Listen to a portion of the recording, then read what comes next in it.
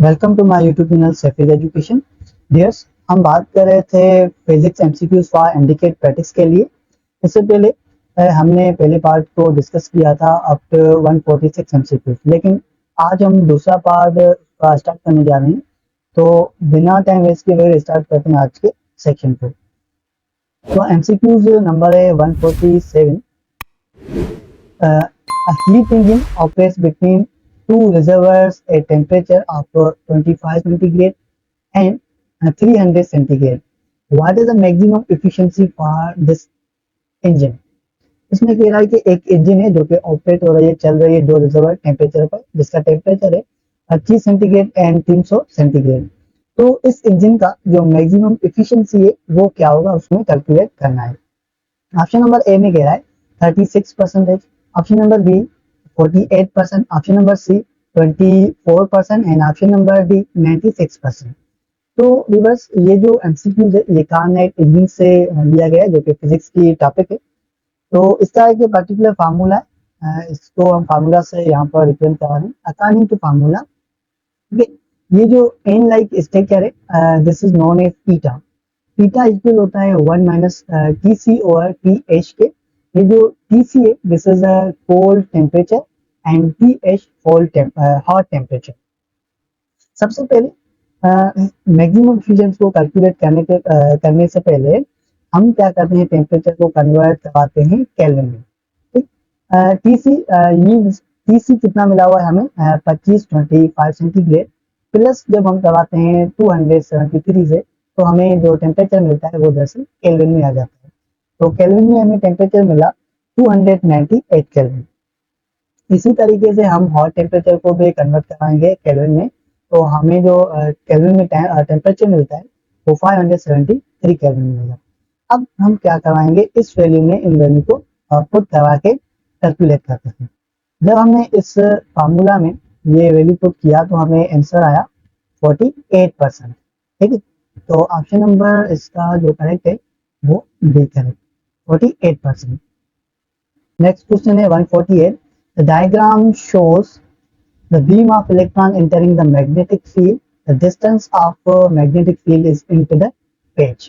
What will be the initial direction of deflection को देखना है और the electron as a beam pass through the field। देखो हमने दो टाइप्स के मैग्नेटिक फील्ड को पढ़ा हुआ है, सिंबलाइज किया हुआ है। एक क्रॉस, ठीक है, क्रॉस का मतलब ये होता है कि जो फील्ड है, मैग्नेटिक फील्ड है, वो इनटू द पेज होती है। ठीक है, अगर यहाँ पर डार्ट होंगे तो हम यहाँ पर समझेंगे ये जो मैग्नेटिक फील्ड है ये टूवर्ड्स आउट है, ठीक है, आउट ऑफ द पेज है।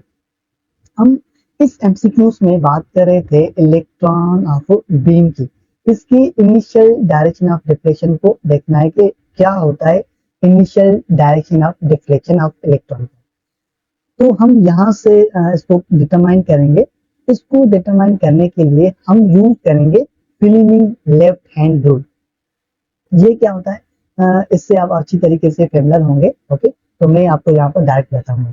तो देखो फ्लेमिंग में जो थंब होता है ये रिप्रेजेंट करता है फोर्स ऑफ डायरेक्शन को। ठीक है, कि फोर्स का डायरेक्शन किस तरफ होता है।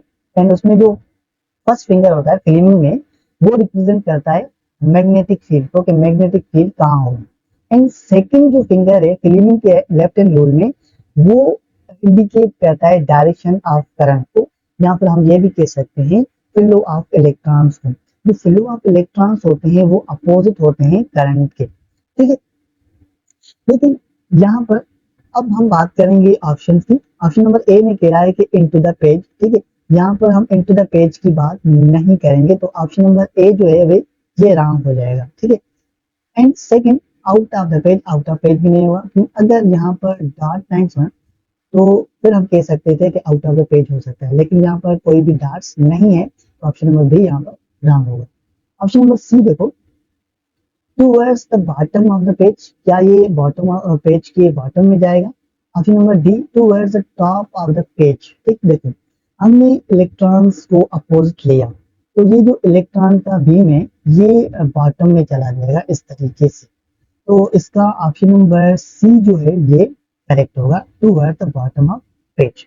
ओके, बस मुझे उम्मीद है कि ये एमसीक्यू आपको समझ में आ गया होगा। नेक्स्ट एमसीक्यू है 149।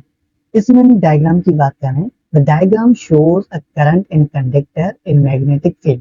सपोज करें ये मैग्नेटिक फील्ड है, इसमें जो करंट है ये अपवर्ड जा रहा है इस तरीके से। और द डायरेक्शन ऑफ फोर्स है कि जो फोर्स का डायरेक्शन है वो कहाँ होगा, ठीक है, इन कंडक्टर में। ए into the page, option number B out of the page, option number C towards north pole, option number D towards south pole। तो देखिए फोर्स का डायरेक्शन डिटरमाइन करने के लिए यहाँ पर अगेन हम यूज करेंगे Fleming hand left hand rule. तो मैंने आपको यहाँ पर बताया कि जो थंब है Fleming hand left hand rule में ये डायरेक्शन ऑफ फोर्स को रिप्रेजेंट कर रहा है। तो इसका reverse according to Fleming left hand rule इसका जो करेक्ट आंसर बनेगा वो बनेगा option number B, out of the page. यहाँ पर मैं दिखा तो नहीं सकता कि किस तरीके से फोर्स आउट हो रहा है, ठीक है। MCQ number 150 for testing application the weightage of test length should be। जो weightage टेस्ट लेंथ होता है वो क्या होगी। Option number A very low, option number B low, option number C high, option number D very any value, कुछ भी value हो सकता है, ठीक। तो इसका ऑप्शन नंबर बी जो है ये करेक्ट होगा। Weightage test length should be low होता है, ठीक है। क्यों, देखो क्योंकि एप्लीकेशन ये ऐसी एप्लीकेशन है जिसको इस्तेमाल किया जाता है for minimise risk of damaging circuit and to prevent excessive power consumption, ठीक है। पावर का जो कंज्यूमशन होता है उसको ज्यादा से ज्यादा प्रिवेंट करने कंज्यूम होने से प्रिवेंट करता है, ठीक। इसलिए ये जो होता है ये लो होता है। MCQ नंबर 151 इसमें कह रहा है two bubbles of 500 watt and 200 watt. ये वाट पावर का यूनिट है, ठीक है।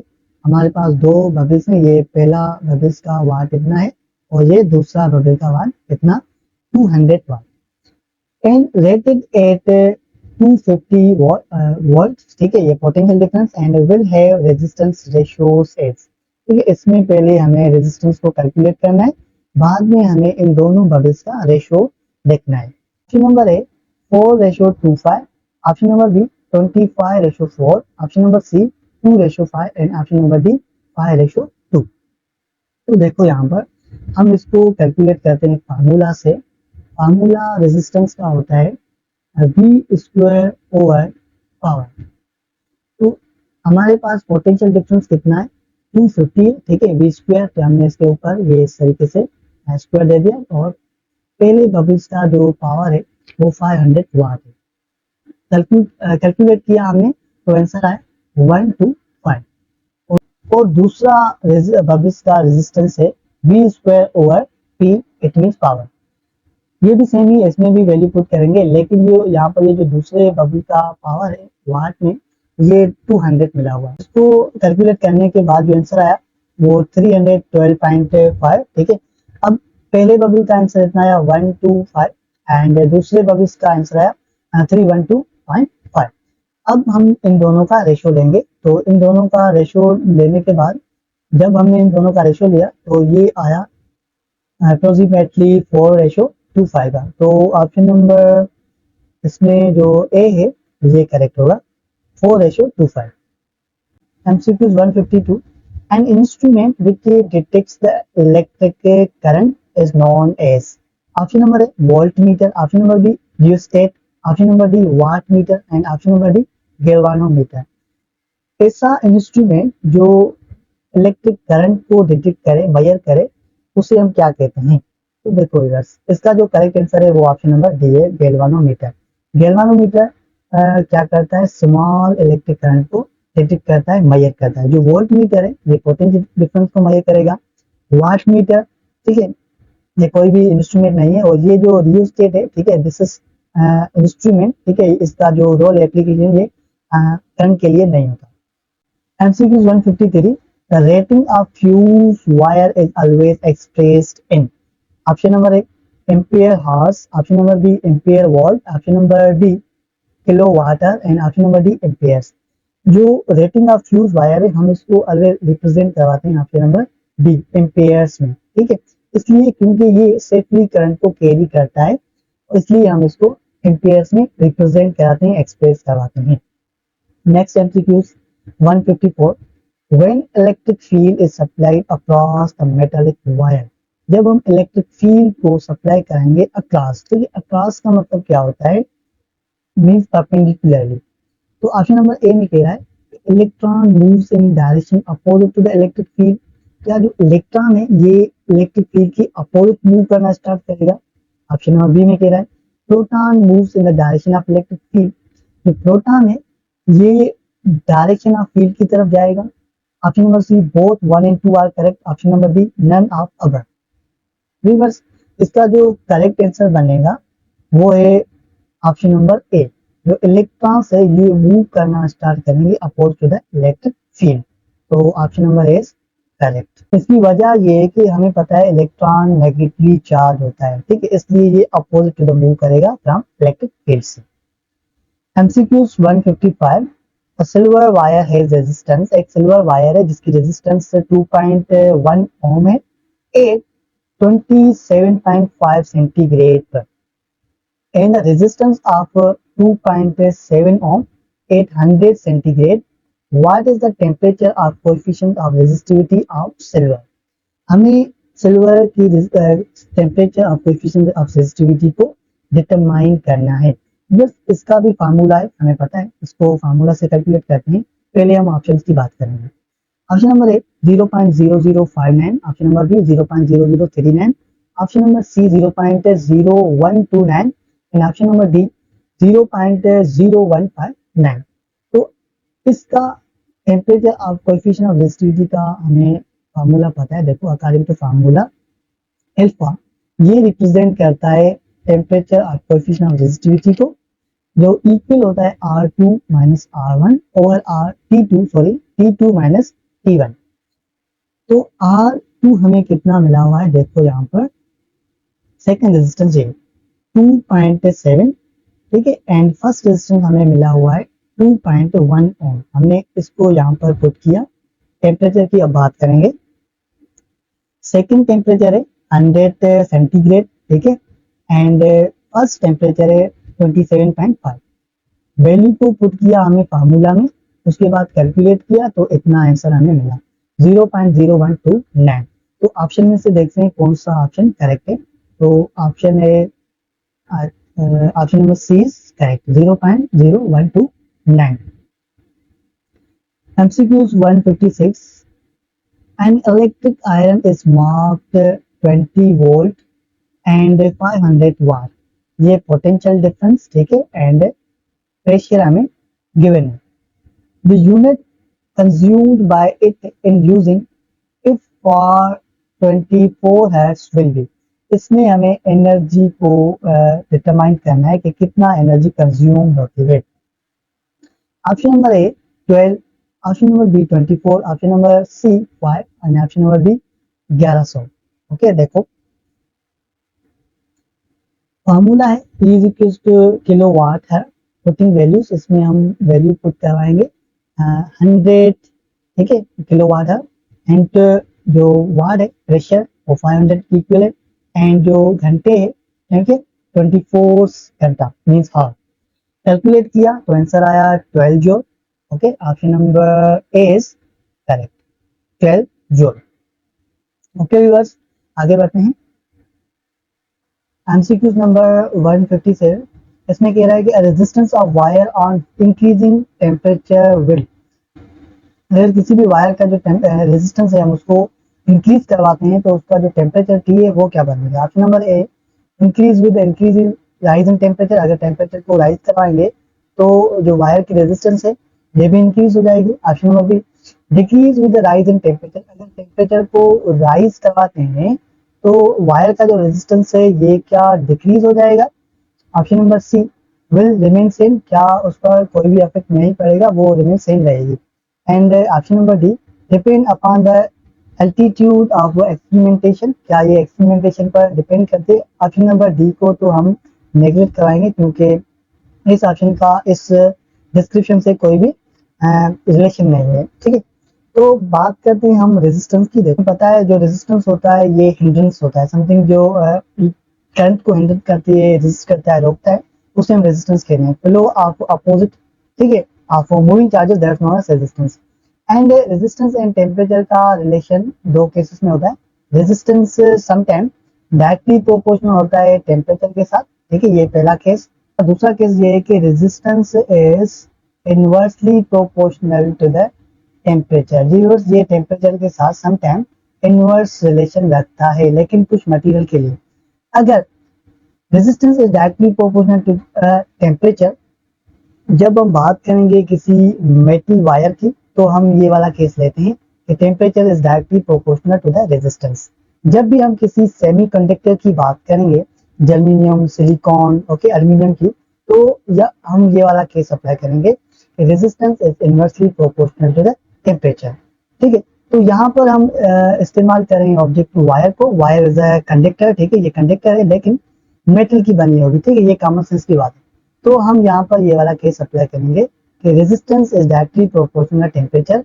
अगर हम टेम्परेचर को राइज करवाएंगे तो रेजिस्टेंस भी उसका क्या होगा, राइज हो जाएगा। तो इसका जो करेक्ट आंसर बनेगा option number A is correct.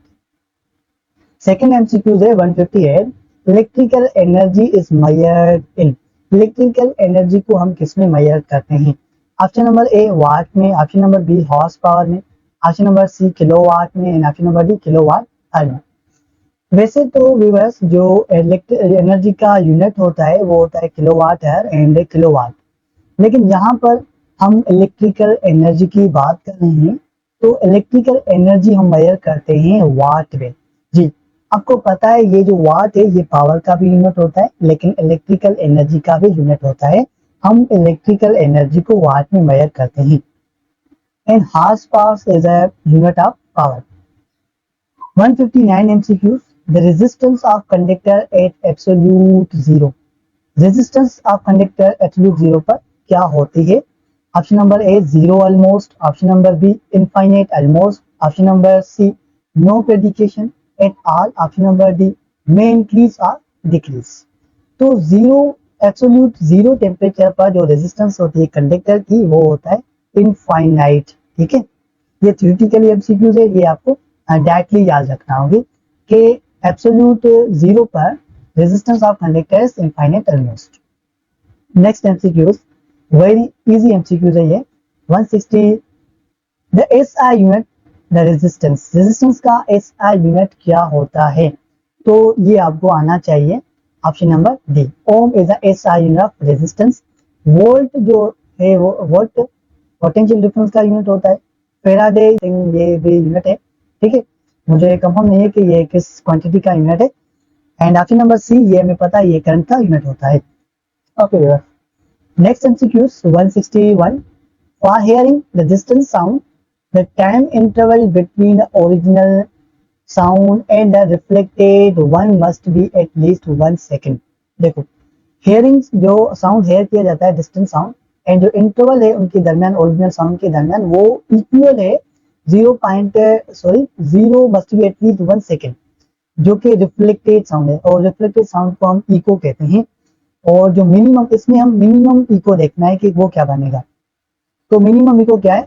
Option number A is correct, 0.1 बनेगा। It's a minimest value of echo. Okay, MCQs 162। In simple harmonic motion oscillator at mean position, mean position पर जो simple harmonic motion में mean position पर oscillator क्या होता है? Option number A kinetic energy minimum होता है एंड पोटेंशियल एनर्जी मैक्सिमम होता है मेन पोजीशन पर। And option number B both kinetic energy and potential energy maximum होता है, दोनों ये मैक्सिमम नहीं होते मेन पोजीशन पर।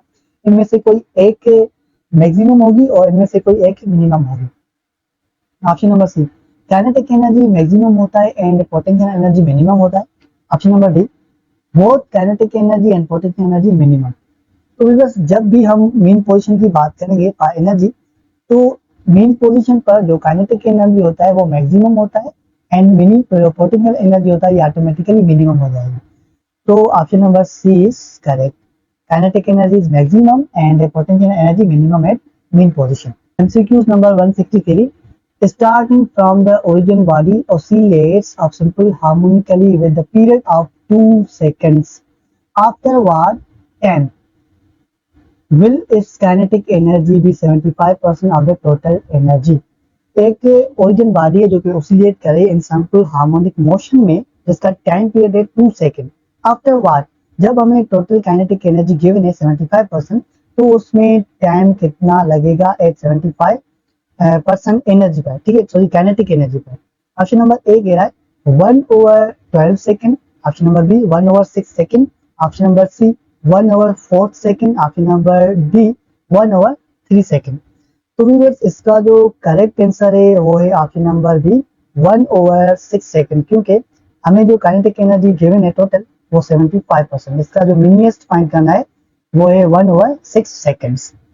Next MCQ 164, a particle of mass m, कोई भी पार्टिकल है जिसका मास m है, उसको हम एक्सक्यूज करवाएं simple harmonic motion with amplitude and frequency v, the average kinetic energy during its motion, उस मोशन के दरमियान जो average kinetic energy from position of the equilibrium to the end is, उसका हमें फार्मूला कैलकुलेट करना है। Formula क्या है? ये तो डायरेक्ट एमसीक्यू है, आपको इसका फार्मूला आना चाहिए।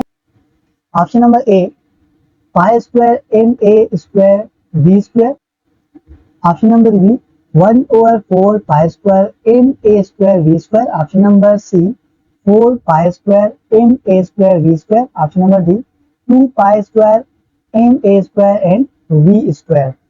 तो एवरेज काइनेटिक एनर्जी का जो फार्मूला है ड्यूरिंग मोशन, तो ऑप्शन ड्यूरिंग वो होता है option number B 1/4 pi square M A square V square के इक्वल होता है। ठीक है, MCQs number 165, a string is stretched between two fixed points separated by 75 centimeter. It's observed to have a resonant frequencies of 420 Hz, ठीक है, 420 Hz. There are no other resonant frequencies, इसमें कोई भी दूसरी resonant frequency नहीं है between these two, इन दोनों के दरमियान। Then the lowest resonant frequency for this string, इस स्ट्रिंग के लिए जो लोएस्ट रेजोनेंट फ्रीक्वेंसी है वो क्या बनेगी उसको देखना है। Option number A 1050 hertz, option number B 10.5 hertz, option number C 105 hertz, option number D 1.05 hertz. इसका जो लोएस्ट और मिनिएस्ट रेजोनेंट फ्रीक्वेंसी है इसको देखना है। इसका जो करेक्ट आंसर है वो है ऑप्शन नंबर सी 105 हर्ट्ज, क्योंकि ये इनमें से मिनिएस्ट 105 हर्ट्ज हैं। ठीक है, रेजोनेंट फ्रीक्वेंसी को फंडामेंटल फ्रीक्वेंसी कहते हैं, यहाँ पर हम इसको टोन कहते हैं। MCQs 166, which one of the following is not state function, इन नीचे में से ये जो ऑप्शन है इनमें से हमें स्टेट फंक्शन जो नहीं है उसको चूज करना है। तो इसका करेक्ट आंसर है option number D, what is not a state function. Temperature state function होता है, एंड एंट्रोपी स्टेट फंक्शन है, तो प्रेशर स्टेट फंक्शन है। जो वर्क है ये स्टेट फंक्शन नहीं। नेक्स्ट एमसीक्यूज है 167, The temperature of reservoir cartoons engine, दरअसल ये कार्टून्स इंजन नहीं है, ये कार नैट इंजन है। ठीक, ऑपरेटिंग हो रही है विद एफिशिएंसी, इसकी जो एफिशिएंसी ईटा है वो 70% एंड जो टेम्परेचर है वो 1000 kelvin. The temperature of source is, ठीक है, सोर्स ऑफ टेम्परेचर को देखना है। Option number A 300 kelvin, option number B 400 kelvin, option number C 500 kelvin, option number D 700 kelvin.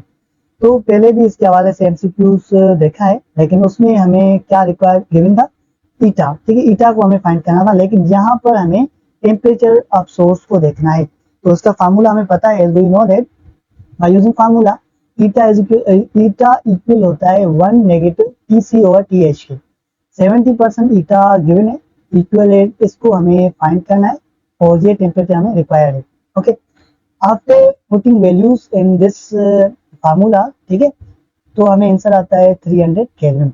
तो option number A is correct, 300 kelvin is the source of temperature. MCQs 168, if the amount of heat given to the system is 35 joule and the amount of work done by system is negative 15 joule, देखो heat हम system को require करा रहे हैं, ठीक है, given कर रहे हैं, एंड उसमें जो वर्क डन हो रहा है नेगेटिव 15 जूल हो रहा है। ठीक है, and amount of work done by system is negative 15 joule, then the change in internal energy of the system is, हमें U को कैलकुलेट करना है। This MCQ is taken from first law of thermodynamics. Options की बात करते हैं, देखो negative 50 joule होगा option number B, 20 joule option number C, 30 joule option number D, और प्लस 50 जूल। तो देखो यहाँ पर first law of thermodynamics, internal energy equal होता है amount of heat negative work done के। अमाउंट ऑफ हीट रिक्वायर्ड है 35 एंड जो टेम्परेचर है वो नेगेटिव 15 जूल के इक्वल है, और ये फार्मूला का नेगेटिव, ठीक है। अब क्या होगा, नेगेटिव नेगेटिव को जब हम मल्टीप्लाई कराते हैं तो ये प्लस के इक्वल आता है। 35 प्लस 15 जब हम दोनों का सम लेंगे तो ये इक्वल आएगा 50 जूल के। तो सिस्टम के अंदर हमें इंटरनल एनर्जी मिली 50 joule. Option number D is correct होगा। एमसीक्यू नंबर 168 का। एंड ये जो यहाँ पर डेल्टा है ये बाय मिस्टेक से यहाँ पर आ गया है, इसका कोई भी यहाँ पर काम नहीं है, ठीक है। नेक्स्ट एमसीक्यू है 169। The volume of gas expands by 0.25 meter cube at constant pressure of 10 is 3 meter per second square, Newton पर मीटर, मान -1 नहीं है, न्यूटन पर मीटर पर स्क्वायर है, ठीक है। The work done is equal to, then हमें वर्क डन को काउंट करना है, वर्क डन को कैलकुलेट करना है। ऑप्शन नंबर ए 2.5 होगा, option number B 250 joule, option number C 250 watt, ये डब्ल्यू वाट को रिप्रेजेंट करा यहाँ पर, not a work. Option number D 250 newton. तो देखो ये जो एमसीक्यू है ये भी फर्स्ट लॉ ऑफ थर्मोडायनामिक्स से रिलेटेड है, तो इसको कैलकुलेट करने के लिए हम इक्वेशन का यूज करेंगे। By using equation, pressure equal होता है change in volume plus work done के। हमें वर्क डन को कैलकुलेट करना है, तो कैलकुलेट करने के लिए वर्क डन हमने बाहर निकाला तो ये इक्वेशन बन गई प्रेशर ओवर वॉल्यूम। नाउ हम इस फार्मूला में वैल्यू को पुट कराएंगे। प्रेशर हमें कांस्टेंट गिवन है 10 मीटर पर सेकेंड स्क्वायर, ओके, हमने पुट किया। एंड वॉल्यूम गैस का एक्सपेंड हो रहा है 0.5 meter cube. After calculation answer मिला 250 जूल। इसका करेक्ट आंसर है option number 250 joule, option number B. Okay बस, उम्मीद है कि यहाँ तक बात आपको समझ में आ गई। एंड नेक्स्ट एमसीक्यू है 170। When force F1 and F2 and F3 are acting particle mass m such that F2 and F3 are mutual, ये जो F2 and F3 फोर्सेस हैं ये म्यूचुअल हैं आपस में perpendicularly, then the particle remains stationary. उसके बाद जो पार्टिकल हो जाता है वो एक जगह पर रुक जाता है, फिक्स हो जाता है। If the force F1 is now remove, अब हम क्या करवा रहे हैं, F1 पहले फोर्स को रिमूव करवा रहे हैं। Then the acceleration of particle is, उसके बाद जो पार्टिकल्स की एक्सीलरेशन होगी, रफ्तार होगी, वो क्या हो जाएगी, वो किसके इक्वल आएगी, इसको देखना है। जो पहले पार्टिकल है वो स्टेशनरी में आ जाता है, रुक जाता है, जब F2 and F3 mutually perpendicular act कर रहे हैं। अगर हम F1 को रिमूव कराएंगे तो देन उसके बाद एक्सीलरेशन जो पार्टिकल होगी वो क्या होगी। तो F1 को जो हम रिमूव करवा रहे हैं तो F1 का यहाँ पर कोई रोल नहीं होगा। ऑप्शन नंबर ए राम, ठीक है। ऑप्शन नंबर बी को देखें, F2 into F3 over mass, option number C F2 dash interact करते हैं F3 ओवर मास से, इसका जो करेक्ट आंसर है ऑप्शन नंबर सी होगा, ठीक है। एंड ऑप्शन नंबर डी भी रॉन्ग होगा क्योंकि F2 की हम बात नहीं कर रहे थे, F2 एंड F3 दोनों की बात करें। ये क्यों नहीं होगा, क्योंकि ये मल्टीप्लाई में इसलिए नहीं होगा, ठीक है। Option number C is correct. आगे बढ़ते हैं व्यूअर्स। Previous MCQs number है 171. A body of mass 3.513 kg is moving along the axis with speed 5.0 meter per second. The magnitude of its momentum is, एक बॉडी का मास है जो कि equal है 3.513 kg के, ठीक है, ये मास, एंड उसके जो स्पीड है वो इक्वल है 5.00 मीटर पर सेकेंड। हमें कैलकुलेट करना है पी, इट मीन्स मोमेंटम को। तो ऑप्शन नंबर ए की बात करते हैं, तो ऑप्शन नंबर ए है 17.6 kg मीटर पर सेकेंड। ऑप्शन नंबर बी है 17.565 kg मीटर पर सेकेंड। ऑप्शन नंबर सी है 17.56 kg मीटर पर second, option number B 17.57 kg metre पर सेकेंड। व्यूअर्स, हमें मोमेंटम के फार्मूला का पता है कि मोमेंटम जो होता है this is a product of mass and velocity. ठीक है, मास हमें गिवन है 3.513 एंड वेलोसिटी रिक्वायर्ड गिवन है 5.00 मीटर पर सेकेंड। जब हम इन दोनों का कैलकुलेट लेंगे, मल्टीप्लीकेशन करेंगे, तो आंसर आता है 17.56 न्यूटन सेकेंड। तो इसका correct answer option number C 17.56 kg metre पर सेकेंड। न्यूटन सेकेंड भी यूनिट होता है मोमेंटम का एंड kg मीटर पर सेकेंड भी यूनिट होता है मोमेंटम का। इसका कोई इशू नहीं होता।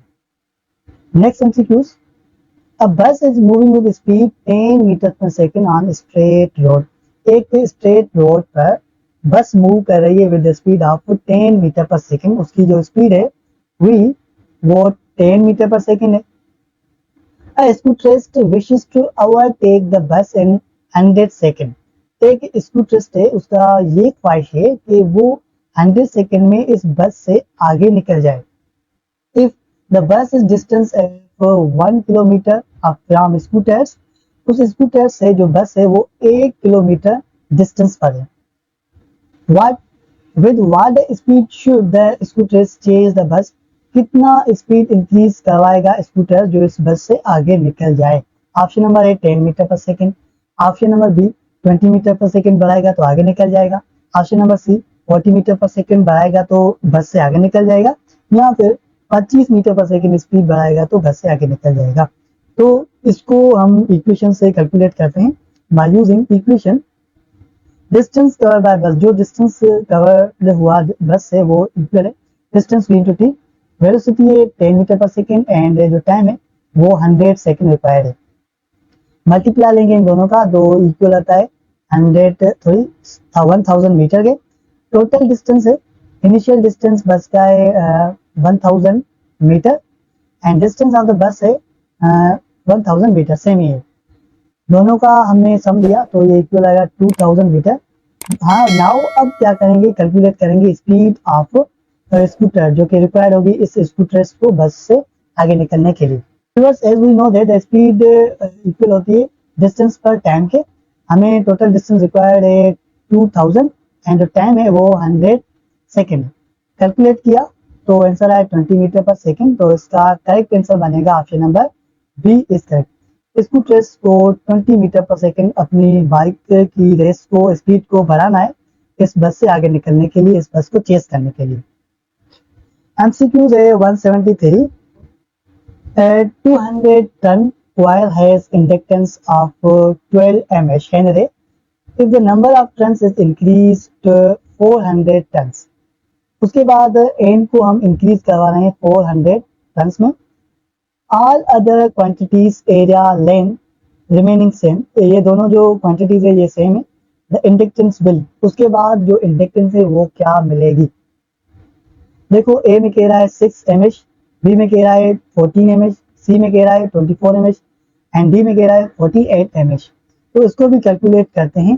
देखो एक मिनट, इसको मैं क्लीन कर दूं।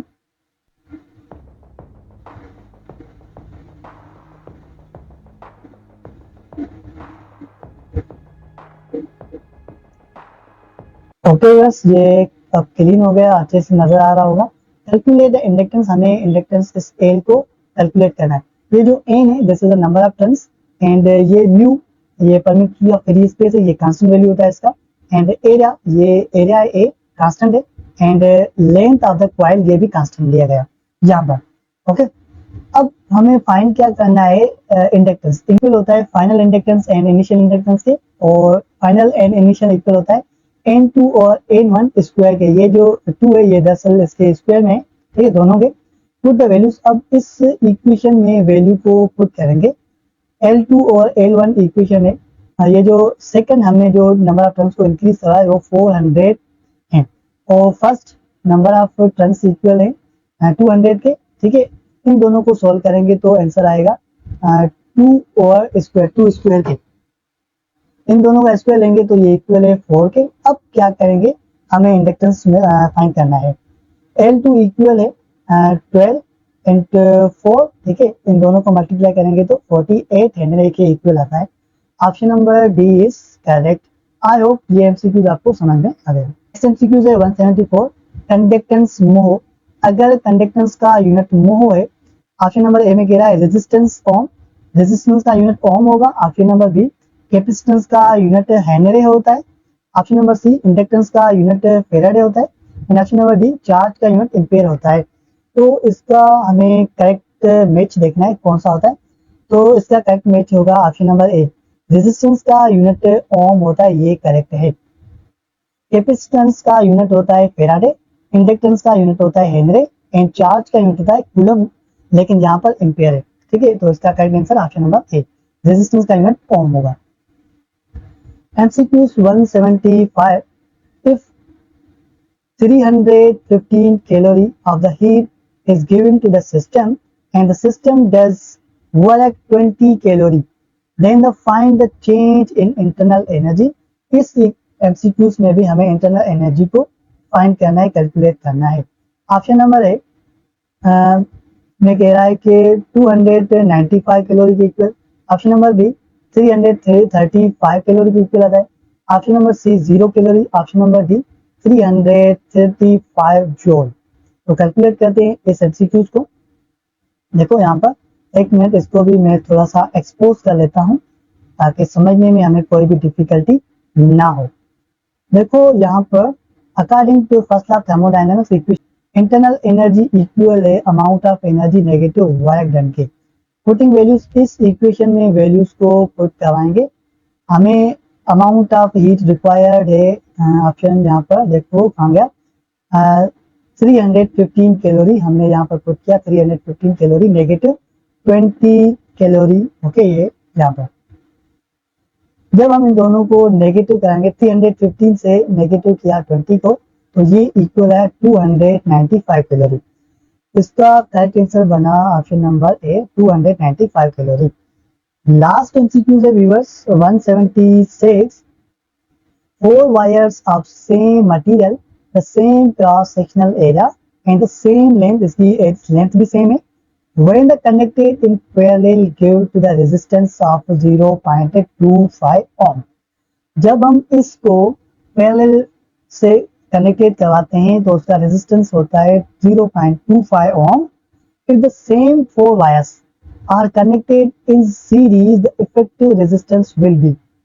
अगर हम इन चारों वायर्स को सीरीज में कनेक्टेड करवाते हैं तो फिर हमें रेजिस्टेंस कितना रिक्वायर्ड होगी, कितना कैलकुलेट होगी, इसको देखना है।